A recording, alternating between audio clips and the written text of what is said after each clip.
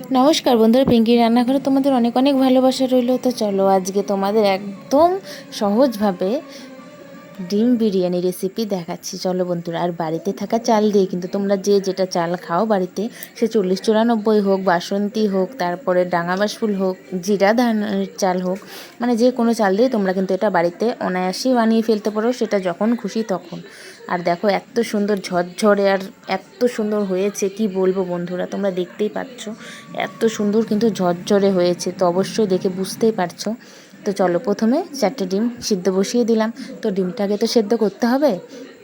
তো তারপর দেখো বন্ধুরা, এই দেখো এখানে পেঁয়াজ কুচি করে নিয়েছি, কয়েকটা আলু পিস করে নিয়েছি, আদা নিয়েছি, কাঁচা লঙ্কা চিড়ে নিয়েছি, আর একটু রসুন, আর গোটা গরম মশলা, এলাচ। তারপরে দেখো এখানে বাটতে বসে পড়লাম।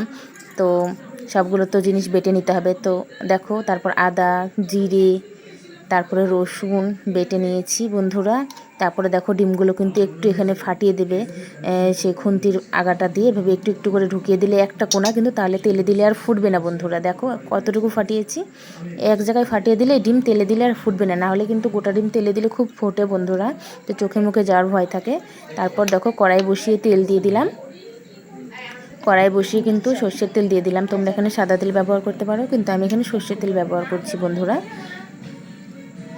তারপর দেখো ডিমগুলো কিন্তু এখন এক এক করে তেলের মধ্যে ছেড়ে দিচ্ছি। ডিমগুলো ভেজে নিতে হবে, অতটাও লাল লাল করে ভাজার দরকার নেই, যেহেতু হালকা ভাজা করলেই হবে, হালকা একটু লালচে লালচে হলেই হবে, বেশি লাল টকটক করে ভাজার কোনো প্রয়োজন নেই বন্ধুরা। তো সামান্য একটু লবণ আর একটু হলুদ দিয়ে একটু হালকা ভাজে কিন্তু ভেজে নামিয়ে নেবো বন্ধুরা। আর তোমরা প্রথম থেকে শেষ অবধি দেখো, তাহলে কিন্তু অবশ্যই বাড়িতে তোমরা সহজেই খুব অনায়াসেই এই বিরিয়ানিটা বানিয়ে খেতে পারবে, আর খুব সুন্দর টেস্টও হয়, অসাধারণ বন্ধুরা। দেখো ডিমগুলো কিন্তু ভেজে আমি তুলে নিলাম এই পর্যায়ে, কিন্তু দেখো তারপরে সেই তেলটা যে থাকলো সেই তেলের মধ্যে কিন্তু এই আলুটা আমি ভেজে নিচ্ছি, লাল লাল করে ভেজে নিতে হবে। আলুটা যেহেতু একটু বড় বড় পিস দিয়েছি, আর সেইতে কিন্তু আলুগুলো একটু লাল লাল করে আমি ভেজে নেব। তো দেখো বন্ধুরা, আলুগুলো কিন্তু খুব সুন্দর লাল লাল করে ভাজা হয়ে গেছে। তো এরকমভাবে তোমরাও আলুটা একটু লাল লাল করে ভেজে নেবে বন্ধুরা। তারপরে দেখো সেই তেলের মধ্যে কিন্তু দেখো একটু জিরে ফোড়নে দেওয়ার পর পেঁয়াজ কুচি দিয়ে দিলাম বন্ধুরা।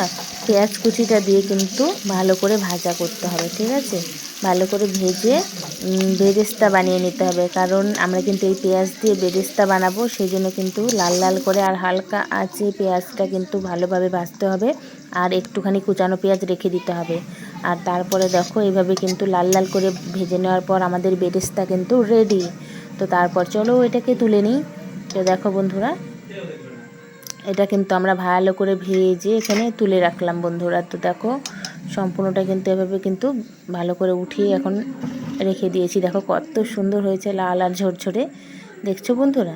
তো আমি জিরে ফোড়নে দিয়েছি, তোমরা জিরে ফোড়ন না দিলেও হবে, তখন বেরেস্তা ভাজার সময় শুধু পেঁয়াজটা ভাজলেই হবে। তারপরে দেখো আবার একটু জিরে ফোড়নে দেওয়ার পরে কিন্তু গোটা গরম মশলা বলতে এলাচ আর দারচিনি কিন্তু দিয়ে দিলাম, আর পেঁয়াজ কুচানোটা দিয়ে দিলাম, দিয়ে তারপরে কিন্তু ভালো করে লাল লাল করে নেড়েচেড়ে ভেজে নিতে হবে। লাল লাল করে নেড়েচেড়ে ভেজে নেওয়ার পর কিন্তু আমাদের যে আদা বাটা, জিরে বাটা, রসুন বাটা আছে, সেটা কিন্তু আমরা এই তেলের মধ্যে অ্যাড করে দেবো এইগুলোর মধ্যে, ঠিক আছে বন্ধুরা। তো তারপরে দেখো আমি বাটা মশলাটা কিন্তু দিয়ে দিলাম, আর তার সাথে কিন্তু এই কাঁচা লঙ্কা চেরা আছে কয়েকটা, 4-5টা মতন, সেগুলোও কিন্তু দিয়ে দিলাম এই তেলের মধ্যে। দেওয়ার পর কিন্তু এখন ভালো করে একটু নাড়াচাড়া করে কষিয়ে নিতে হবে। আর পরিমাণ মতো তোমাদের যতটা দরকার, তোমরা যতটুকু চাল ব্যবহার করছো সেই পরিমাণ মতো কিন্তু তোমাদের লবণ আর হলুদ দিয়ে দিতে হবে বন্ধুরা। তো আমি এখানে কিন্তু একবারেই দিয়ে দিচ্ছি, আর কিন্তু দেব না। তো আমি এখানে একবারে পরিমাণ মতো হলুদ লবণ ব্যবহার করে নিলাম। তারপর পরিমাণ মতো তোমরা যে যতটা ঝাল খাও সেই মতন কিন্তু ঝালটা দিয়ে দেবে। দেখো আমি এখানে একটু কাশ্মীরি লঙ্কার গুঁড়ো ব্যবহার করছি, আর কাঁচা লঙ্কাটা তো দিয়েছি ঝালের জন্য। তো দেখো বন্ধু, এই পর্যায়ে কিন্তু এভাবে নাড়াচাড়া করতে হবে, যখন কষানো হয়ে যাবে তখন দেখবে তেলটা ছেড়ে দেবে। তো দেখতেই পাচ্ছ বন্ধুরা এখনই কত সুন্দর কালার। তো তারপর দেখো চালটা কিন্তু আমরা নিয়ে নিয়েছি, চালটা ধুয়ে নিয়েছি, আর তারপরে কিন্তু এভাবে দিয়ে দিতে হবে, ঠিক আছে বন্ধুরা। দিয়ে ভালো করে কিন্তু এভাবে নাড়াচাড়া করতে হবে, নাড়াচাড়া করে ভালো করে মিশিয়ে নিতে হবে। দেখো খুব সুন্দরভাবে ভালো করে মিশিয়ে নিতে হবে। তো এইভাবে হালকাভাবে নাড়াচাড়া করে কিন্তু ভালো করে একটু মিশিয়ে নিতে হবে বন্ধুরা। দেখো হালকা হালকা করে মিশানো হচ্ছে আর কালারটা কিন্তু খুব সুন্দরভাবে চলে আসছে, দেখতে পাচ্ছ বন্ধুরা।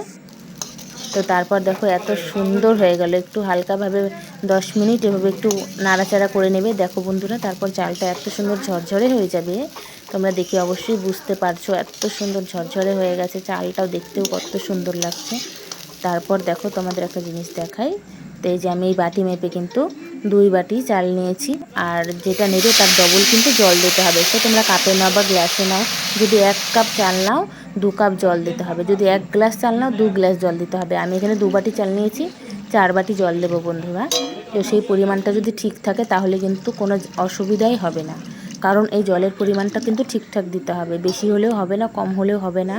তারপর দেখো জলটা ফুটে গেলে ভালো মতন আমি ভেজে রাখা আলুটা দিয়ে দিচ্ছি, কারণ আলুটা ভালো করে সেদ্ধ হতে হবে। তো আলুটা আমি প্রথমেই দিয়ে দিলাম, ঠিক আছে বন্ধুরা। আর এই জলের পরিমাণটা তোমরা ঠিকঠাক দেবে অবশ্যই, যে 1 কাপ চাল দিলে 2 কাপ জল দিতে হবে, আর 1 গ্লাস চাল দিলে 2 গ্লাস জল দিতে হবে। তারপর দেখো এই ভালো করে আমার ফুটে গেছে। তারপরে আমি 1 চামচ গোলাপ জল আর 1 চামচ কিন্তু কেওড়া জল দিয়ে দিচ্ছি বন্ধুরা। তো তোমরা এটা নাও দিতে পারো, কিন্তু বাড়িতে থাকলে অবশ্যই দিয়ে দিও একটু একটু করে, ঠিক আছে বন্ধুরা। এতে ফ্লেভারটা খুব সুন্দর হয়। তারপরে কিন্তু এই বিরিয়ানি মশলাটা 1 চামচ দিয়ে দিলাম।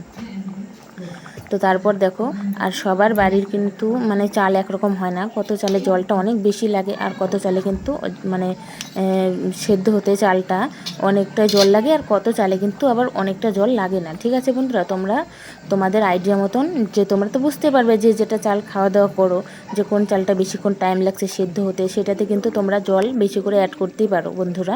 তো জল লাগলে কিন্তু পরে অ্যাড করে দিও। তারপরে কিন্তু দেখো বন্ধুরা এখানে বেরেস্তাটা যে ভেজে রেখেছি সেটা কিন্তু আমি উপরে দিয়ে দিচ্ছি, কারণ আমার চালটা কিন্তু ফুটেই গেছে, সামান্য একটু বাকি আছে। এটা আর 5 মিনিট থাকলেই একদম ভালোভাবে চালটা ফুটে যাবে। সেই পর্যায়ে কিন্তু আমি বেরেস্তাটা ছড়িয়ে দিলাম উপর দিয়ে। বেরেস্তাটা ছড়িয়ে দেওয়ার পর কিন্তু দেখো বন্ধুরা, আর আলুটা কিন্তু আগেই দিয়ে দিচ্ছি, আলুটা ভেতরে চাপা পড়ে গেছে। তারপরে কিন্তু আমি 2 একটু কারি পাতা দিয়ে দিলাম। 2 একটু কারি পাতা দিয়ে দিলে কিন্তু ভালো হয়, সুন্দর ফ্লেভার আসে একটা। তারপরে বন্ধুরা দেখো ডিমটা উপরে দিয়ে দিলাম। ডিমটা দিয়ে ভালো করে এখন কিন্তু 10 মিনিটের জন্য থালটা চাপা দিয়ে রেখে দিতে হবে বন্ধুরা। তো তোমাদের এটা রান্না করতে কম করে 25 মিনিট টাইম লাগবে, কারণ ডিম সেদ্ধ করার থেকে শুরু করে। তারপরে দেখো আমাদের এটা কত সুন্দরভাবে রেডি হয়ে গেছে, তোমাদের দেখাচ্ছি, আমি ঢাকনা খুলে দেখাচ্ছি। দেখো বন্ধুরা এত সুন্দর ঝরঝরে আর এত টেস্ট হয় বন্ধুরা, অবশ্যই বাড়িতে বানিয়ে খাবে। আর এই বাড়িতে থাকা চাল দিয়ে যে এত টেস্টিভাবে একটা রান্না হয়ে যায় বিরিয়ানি, সত্যি বন্ধুরা ভাবা যায় না। তো অবশ্যই একবার বাড়িতে ট্রাই করো, দেখবে বন্ধুরা বাড়ির সবাই কিন্তু চেটেপুটে খাবে। আর দেখতেই পাচ্ছ এত ঝরঝরে হয়েছে বলার মতন না। তো অবশ্যই বাড়িতে ট্রাই করো। দেখো বন্ধুরা যেমন আলুটা নরম হয়েছে তেমনই কিন্তু সুন্দর হয়েছে। তো ঠিক আছে বন্ধুরা, ভালো লাগলে আমার চ্যানেলটি সাবস্ক্রাইব করে নিও, আর সবাই পাশে থেকো নতুন নতুন রান্নার ভিডিও পেতে, ঠিক আছে বন্ধুরা। তো দেখো বন্ধুরা অবশ্যই বাচ্চারা, তোমাদের বাড়িতে যখন বাচ্চারা খেতে বায়না করবে তখন চটপট করে কিন্তু এটা রান্না করতেই পারো। তো আমার দেখো চিকেন রান্না করা ছিল, আর চিকেন দিয়ে কিন্তু এটা একটু মিক্স করে খেয়ে নেব। তোমাদের চিকেন না থাকলে তখন এটা কোনো অসুবিধা নেই, আমাদের রান্না করা ছিল চিকেনটা, সেটা দিয়ে কিন্তু একটু মিক্স করে খাবো। আর তারপর দেখো তোমাদের আলুটা ভেঙে দেখাচ্ছি। দেখো বন্ধুরা ভেতরে কতটা